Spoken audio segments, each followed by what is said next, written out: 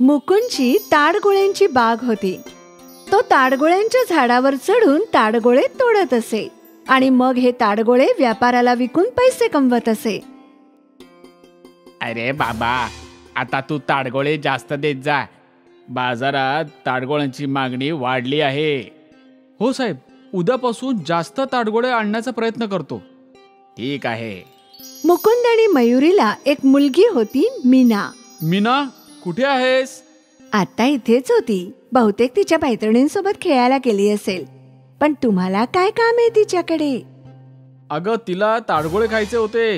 ए बघ, तिच्यासाठी मी काही खास फ्रेश ताडगोळे आणलेत. तेव्हाच मीना, अरे वा, ताडगोळे, हे सगळे मीच खाणार. हो हो, तुझ्यासाठीच आणले आहेत. आरामात खा. पाऊस असो वा ऊन, मुकुंद प्रत्येक ऋतूत ताडगोळ्यांच्या झाडावर चढत असे. एकदा काय झालं, 2 दिवस सतत पाऊस पडत होता. देव करो आणि हा पाऊस लवकर थांबू दे. आज झाडावर सांभाळून चढा, सगळी झाडे ओली असतील. हो, सांभाळून चढेन. मी नवीन नाहीये त्यात. माहितीये तुम्हाला चढता येतं, पण तरीही काळजी घ्या. हो महाराणीजी, तुम्ही काळजी करू नका. मी हा गेलो आणि हा आलो. ठीक आहे. मुकुंद ताडगोळ्यांच्या झाडावर सांभाळून चढला आणि एक एक करत ताडगोळे पाडू लागला. काही वेळ गेला आणि मग अचानक मीना तिथे पोहोचली. बाबा! मीनाच्या आवाजाने मुकुंदचं लक्ष विचलित झालं आणि तो घसरून थेट खाली पडला. बाबा! मीनाने लगेच काही गावकऱ्यांना हाका मारल्या. सगळे धावत आले. काका, बाबा पडले. गावकरी धावत तिकडे पोहोचले. मुकुंदचं ऑपरेशन केलं गेलं, पण आता तो त्याच्या पायावर कधीच उभा राहू शकत नव्हता. आता काय होणार? आता आपलं घर कसं चालणार? तुम्ही काळजी करू नका, काही ना काही नक्की होईल. त्या देवाने आपल्याला दुःख दिलंय तर तोच आपल्याला मार्गही दाखवेल. पण कसं? मी तर अपंग झालो आता. हे याच्यापेक्षा मी मेलो असतो तर बरं झालं असतं. असं बोलू नका, तुम्हीच आमचं आयुष्य आहात. मयुरी आणि मुकुंद काळजीत होते की आता त्यांचं पुढील आयुष्य कसं जाईल. काही दिवसांनी मुकुंदला घरी आणलं गेलं. मयुरी आणि मुकुंदने वाचवलेले सगळे पैसे त्यांच्या आजारपणात खर्च झाले. मी काहीतरी काम शोधते. तू घरातलं आणि बाहेरची दोन्ही कामं कशी काय करशील? मी काही ना काहीतरी करेन. एखादे असे काम असेल ना जे मी या परिस्थितीही करू शकतो. नाही नाही, तुम्ही आराम करा. नाही मयुरी, मी तुझ्यावर असं ओझं नाही बनू शकत. मग या स्थितीत तुम्ही काय करू शकता? काहीतरी नक्कीच असेल. दुसऱ्या दिवशीपासून मयुरीने काम शोधायला सुरुवात केली. ती अनेक दुकान आणि कंपन्यांमध्ये गेली, पण तिला कुठेच काम मिळालं नाही. मला कुठेच काम मिळत नाहीये. मला वाटतं एखादा व्यवसाय करावा. कोणता व्यवसाय? मी तुला काही मदत करू शकतो का? आज बाजारात एक भज्यांचे दुकान पाहिलं. खूप गर्दी होती. मी पण चांगली भजी बनवते ना, मग मी भजी विकली तर? हो, विकू शकेन, पण सगळ्यांना त्याच दुकानातली भजी आवडते. मग तुला जरा वेगळी भजी करावी लागेल ना. म्हणजे कशी? जशी चायनीज भजी असते ना, जी मुलांना खूपच आवडते, तसंच काहीतरी नवीन. तसं काहीतरी. मीना, तू सांग, तुला आणखी काय खायला आवडेल? मला तर मॅगी आवडते. मॅगीची भजी कशी लागतील? मॅगीच्या भज्या सुद्धा बनतात का? हो, ते पण अगदी कुरकुरीत. जा मीना, धावत जा आणि एक पाकिट मॅगी घेऊन ये.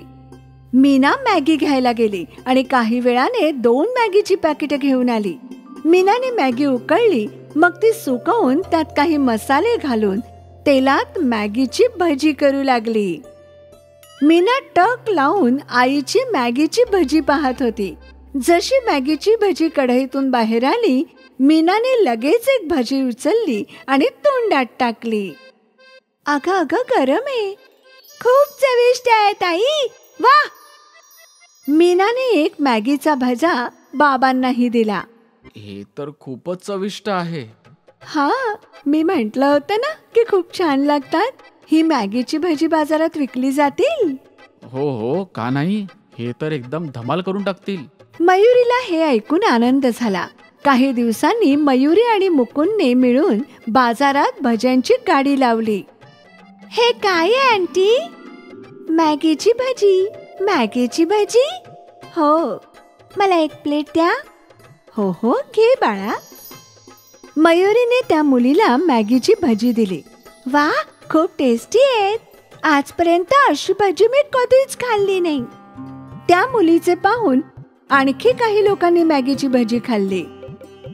आंटी, हे तर खूप छान आहे. मुकुंद मॅगीची भजी तळायला मयुरीला मदत करत होता.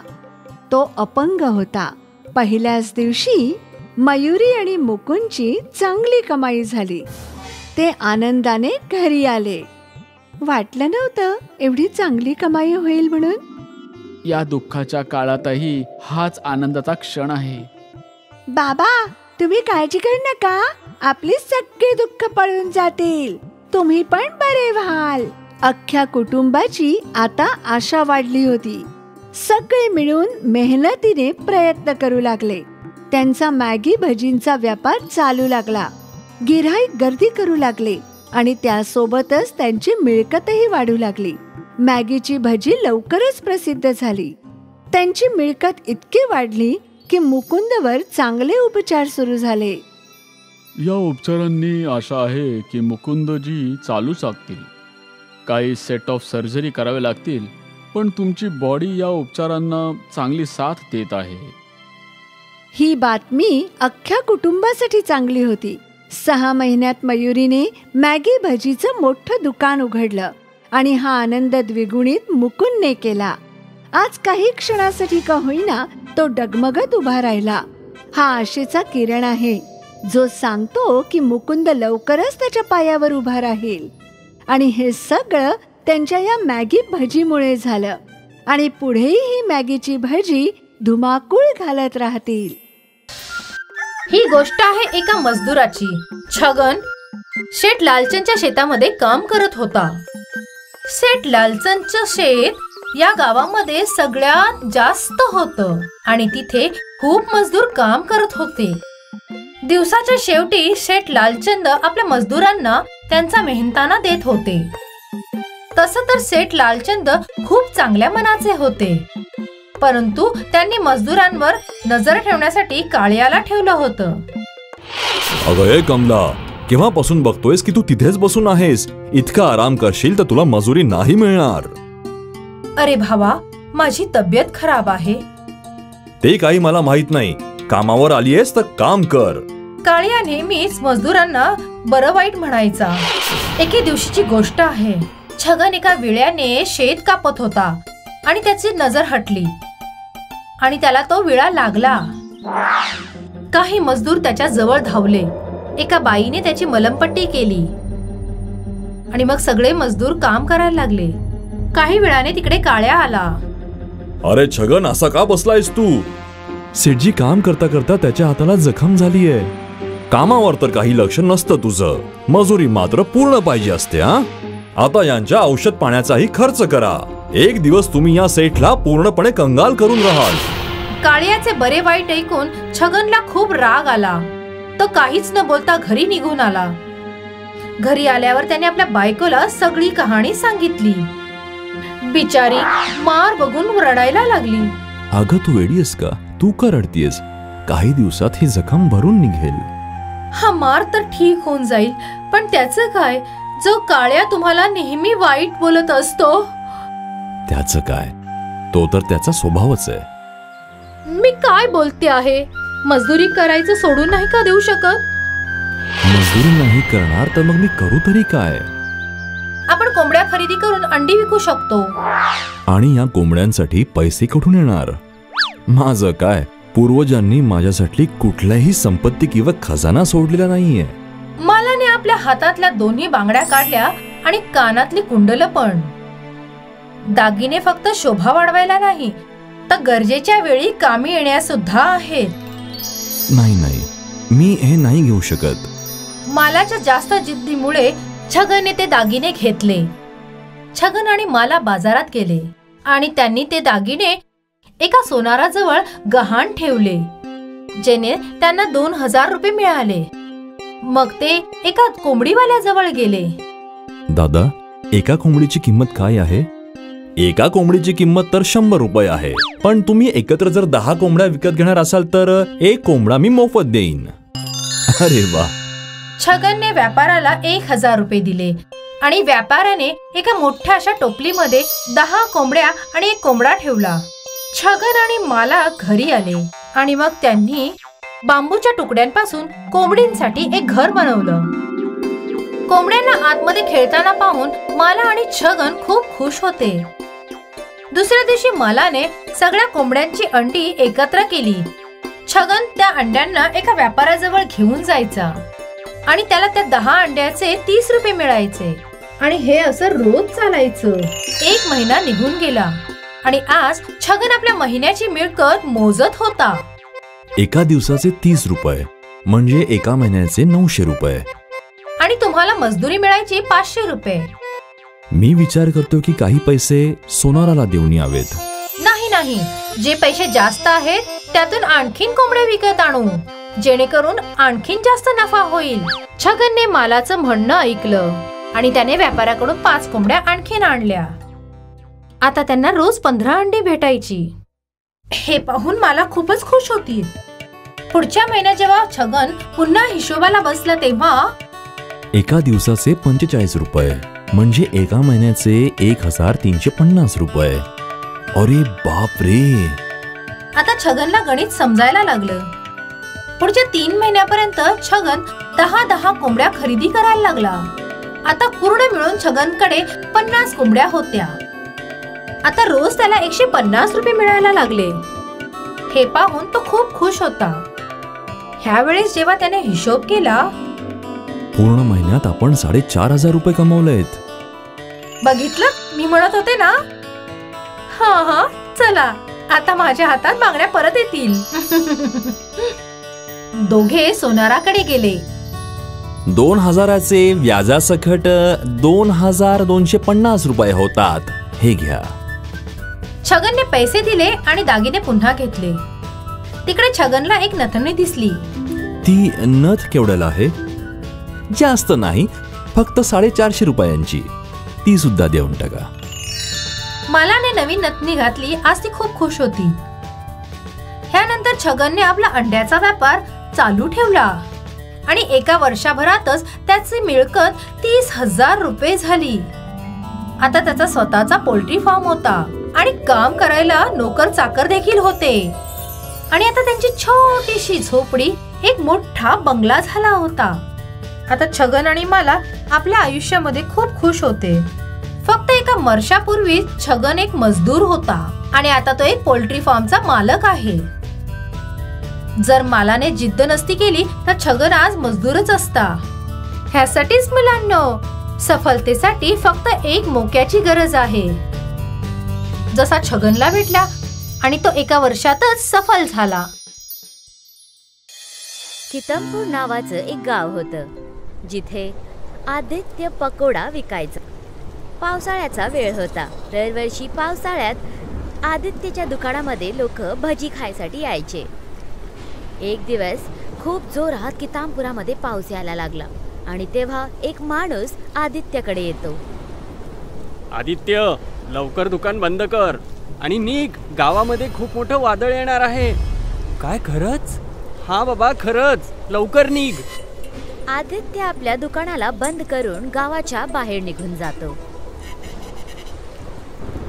आणि गावामध्ये जोरदार पावसाच्यामुळे पूर येतो. फक्त मनोजच्या शेताला सोडून इतर सगळ्या गाववाल्यांच्या शेतांची नुकसान होते. गावामध्ये भूकमरीचा वेळ आला होता. तर आम्ही काय खायचं? पुऱ्या गावाच्या शेतांचा तर पूर नुकसान करून गेलाय. काही गोष्ट नाही, तुम्ही सगळे खाण्यासाठी माझ्याकडनं भाजी घेऊ शकतात. फक्त माझ्याच शेतीला या पुरामध्ये काही नाही झालंय. आदित्य आपल्या भज्याच्या दुकानाला एकदा परत गावामध्ये उघडतो, पण त्याच्याकडे भजी बनवायची सामग्री नसते. तर तो मनोज सब्जीवाल्याकडून भाजी घ्यायला जातो. अरे मनोज भाऊ, 3 किलो कांदे द्या ना.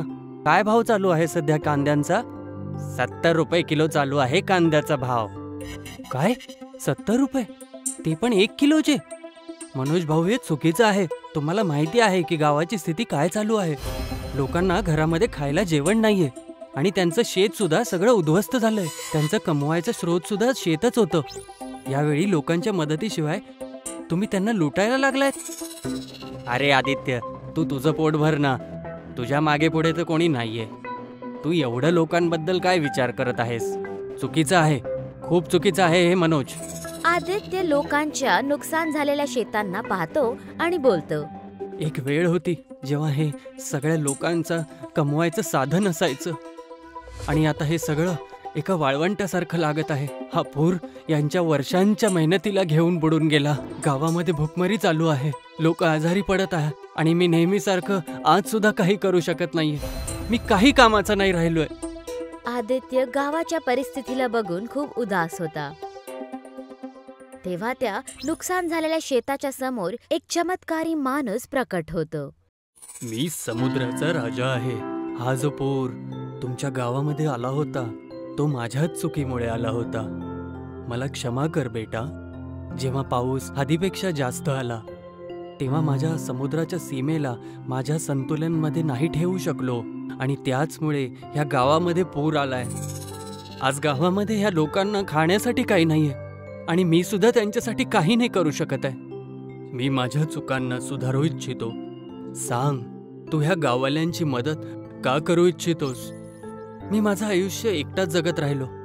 मी ह्या गाववाल्यांना सोडून, माझं कोणीच नाहीये. हे गाववालेच माझं परिवार आहेत. मला माहीत आहे आदित्य, तू पकोडे विकत होतास ना. आदित्य, जे वस्तू मी तुला देत आहे त्याने गाववाल्यांची मदत कर, जेव्हापर्यंत त्यांचे शेत परत हिरवेगार नाही होणार. समुद्र लोकाचा राजा हात पुढे करतो आणि त्याच्या हातामध्ये एक कढई येते आणि राजा ती कढई आदित्यच्या हातामध्ये देतो. ह्या कढईचं मी काय करू महाराज? पकोडे तळण्यासाठी कांदे आणि तेलाची सुद्धा गरज आहे आणि मी हे पकोडे विकून गाववाल्यांची मदत कशी करणार? ही अशी तशी कढई नाहीये. याच्यामध्ये तुला तेलाची गरज नाही पडणार. त्याच्यामध्ये तू पाणी टाक आणि कुठल्याही भाजीची गरज नाही पडणार. पुरामध्ये आलेल्या दगडांना यामध्ये टाक, ते पकोडे बनून जातील. आदित्य ती कढई घेऊन आपल्या घरी निघून जातो आणि त्या कढईमध्ये पाणी ओततो आणि मग त्याच्या आत दगड टाकतो. ती दगड थोड्या वेळानंतर भजींमध्ये परिवर्तित होतात. हे तर खरंच पकोड्यामध्ये बदलले. मी उद्यापासूनच हे गाववाल्यांना विकायला चालू करतो, ते सुद्धा एकदम कमी दामामध्ये. आदित्य गावामध्ये भजी विकायला सुरुवात करतो. तेव्हा तिथे एक माणूस त्याच्या जवळ भजी खाण्यासाठी येतो. मला थोडे पकोडे दे ना बेटा. माझी एक छोटी मुलगी आहे, तिने खूप दिवसापासून काही नाही खाल्लंय. तिची तब्येत सुद्धा ठीक नाहीये. बेटा, थोडं खाण्यासाठी पकोडे देतोस? बिलकुल चिंता नका करू, मी आत्ता देतो. आणि याचे पैसे द्यायची सुद्धा तुम्हाला काही गरज नाहीये. बस तुम्ही तुमचं आणि तुमच्या मुलीवरती लक्ष ठेवा. आणि हे घ्या, याला आता इथेच खाऊन घ्या. जसंच तो माणूस त्या भजींना खातो तर असं वाटतं जसं त्याच्यामध्ये एक नवीन प्राण आले आहेत. तो खातानाच एकदम दुरुस्त होऊन जातो. हे तर चमत्कारी पकोडे आहेत. याला खाल्ल्यानंतर माझ्या पाठीचं दुखणंच बंद झालं आणि आता मला तंदुरुस्त झाल्यासारखं वाटत आहे. हे जादूचे पकोडे आहेत. याला मी दगडांपासून बनवलं आहे. याला खाऊन लोकांचं आजारपण पण दूर होणार आहे. आदित्य त्या माणसाला सगळं काही सांगतो आणि हळूहळू करून सगळेजण आदित्यचे भजी खाण्यासाठी यायला सुरुवात करतात. जो काही आजारी होता त्याचे सर्व रोग भजी खाऊन बरे व्हायला लागले होते. हे भजी तर खूपच स्वादिष्ट आहेत. जेवढं खाऊ तेवढं कमीच वाटतं, मन भरतच नाही. हो, बरोबर बोलत आहे. आणि अजून तर अजून माझ्या मुलीची तब्येत सुद्धा ठीक केली आहे. आदित्य, मी तुझा खूप आभारी आहे. अशा अवघड वेळी तू ह्या गावाला खूपच साथ दिलेली आहेस. गावामध्ये सगळीकडे फक्त आदित्यच्या जादुई भजींची चर्चा होत होती. हे सगळं पाहून मनोजला अजिबात नाही आवडत. आता या लोकांना काय झालंय? कोणी माझ्याकडनं भाजीच विकत घेत नाहीये. सगळे त्या आदित्यच्या पकोड्यामुळे विचार केला होता की नवीन बंगला खरेदी करेल, पण हे आदित्यनं माझे सगळे स्वप्न तोडून टाकले. मला लवकरच याचं काही ना काहीतरी करावंच लागेल. मनोज मनातल्या मनात एक योजना बनवायला लागतो. तेव्हा त्याच्या समोर गावाचे प्रधान येतात. आता तरी भाजी जरा कमी भावामध्ये विकायला चालू कर मनोज, नाहीतर तुझं नवीन दुकान बुडून जाईल आणि त्यातून कधी बाहेर नाही येऊ शकणार आणि नंतर यातून तू सांभाळू शकणार नाही स्वतःला. गावाची स्थिती आता वेळेनुसार बरोबर होत चालली आहे आणि भूकमारी जी होती ती आदित्यने नीट करून टाकली आहे. तुम्ही बरोबर बोलत आहात प्रधानजी, पण हे जादूचे पकोडे आदित्य बनवतो तरी कसे आहे? त्याला समुद्राच्या राजाने एक कढई दिली होती, ज्याच्यामध्ये दगड टाकला की ते पकोड्यामध्ये बदलून जातात आणि अजून तर अजून त्यामध्ये तेल टाकायची गरज पण नाही पडत. मी तर विचार करत आहे गाववाल्यांच्या सहमतीने या गावाचं नाव पकोडा गाव ठेवून देऊ. शेवटी आम्हाला पकोड्यांनी तर जिवंत ठेवलंय. असं बोलून तो तिथून निघून जातो. जेव्हा आदित्य आपल्या दुकानाला बंद करायला जात होता तेव्हा तिथे मनोज येतो. आदित्य, मी आत्ता बघितलं की समुद्राच्या किनाऱ्यावरती एक मुलगा फसलाय. मला पोहायला नाही येत. मला असं वाटतंय तू त्याला वाचवून घे. अच्छा, ठीक आहे, मी आत्ता चालला जातो. आदित्य ताबडतोब समुद्राकडे पळून जातो आणि मनोज स्वतःला बोलतो, हा तर खरंच मूर्खात निघाला. आता मी याच्या दुकानातून ती कढई चोरून घेईल. मग कोण बनवतं जादुई पकोडे मी तर बघतोच. मनोज ती कढई डोक्यावर ठेवून जायला लागतो. तेव्हा एक मोठा प्रकाश त्याला दिसायला लागतो आणि त्याच्या डोक्यातून ती कढई खालती पडून जाते. हे कसला उजेड आहे? तेव्हा तिथे तो समुद्राचा राजा प्रकट होतो. आपल्या स्वतःला सांभाळ आणि बघ, मी जे तुला दाखवत आहे. एक मुलगा होता जो किटामपुरामध्येच राहत होता. तो दिवस रात्र लोकांच्या मदतीमध्येच लागलेला असायचा. मावशी द्या, मी हे ओझं तुमचं उचलतो. तो त्या म्हाताऱ्या आईची मदत करतो. त्याचं सामान तो घरापर्यंत पोहोचवून देतो. त्याच्याजवळ खायला सुद्धा काही नाहीये. काही दिवसांपर्यंत तो फक्त समुद्राच्या तटावरती असतो, बिना काही खाता. त्याच्यासोबत कोणी बोलायला नसतं. तेव्हा तो कुत्र्यांसोबत बोलायचा, पण तो मुलगा नेहमी हसत राहायचा. आज तर खूप जास्त जेवण मला मिळालं, पण मी एकटाच खाऊन माझं का पोट भरू? चला, मी माझ्या मित्रांसोबत आपलं जेवण मिळून वाटून खाईल. जोरात पावसामुळे त्याच्या डोक्यावर छत सुद्धा नव्हतं, पण मी त्याला कधीच तुटताना नाही पाहिलं. आणि जेव्हाही कुठल्या गाववाल्याची मदत करायची वेळ आली तर तेव्हा मी कधीच त्याला नाही म्हणताना नाही ऐकलंय.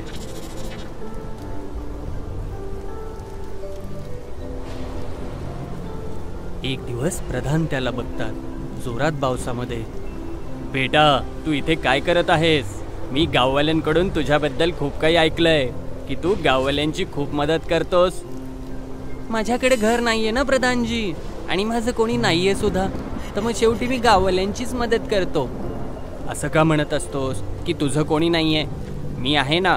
मला आजपासून तुझ्या वडिलांसारखं समज बेटा. चल सांग, तुला काय चांगलं आवडतं खायला?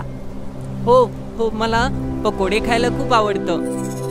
ही गोष्ट आदित्यची आहे, ज्याच्याकडे काहीच नव्हतं आणि जे काही होतं त्याने सुद्धा तो लोकांची मदतच करत होता. आणि इथे तू आहेस, ज्याच्याकडे सगळं आहे पण कोणाचीच मदत नाही करत आहेस. मला माफ करा महाराज. जेव्हा सगळ्यांचे शेत आणि सगळे व्यवस्थित होतील, तुझेच फक्त बुडून जातील. जेव्हाही या गावामध्ये पाऊस येईल, तुझी जमीन आणि शेत नष्ट होऊन जातील आणि त्या गाववाल्यांचे शेत एका नवीन सकाळी सारखे खुलून उठतील. मनोज निराश होऊन तिथून निघून जातो. आदित्य पण आपल्या दुकानावर परत येतो आणि भजी विकायला सुरुवात करतो. आणि प्रधान पूर्ण गाववाल्यांच्या सहमतीने गावाचं नाव कितामपुरा गाव सोडून पकोडा गाव म्हणून ठेवतात.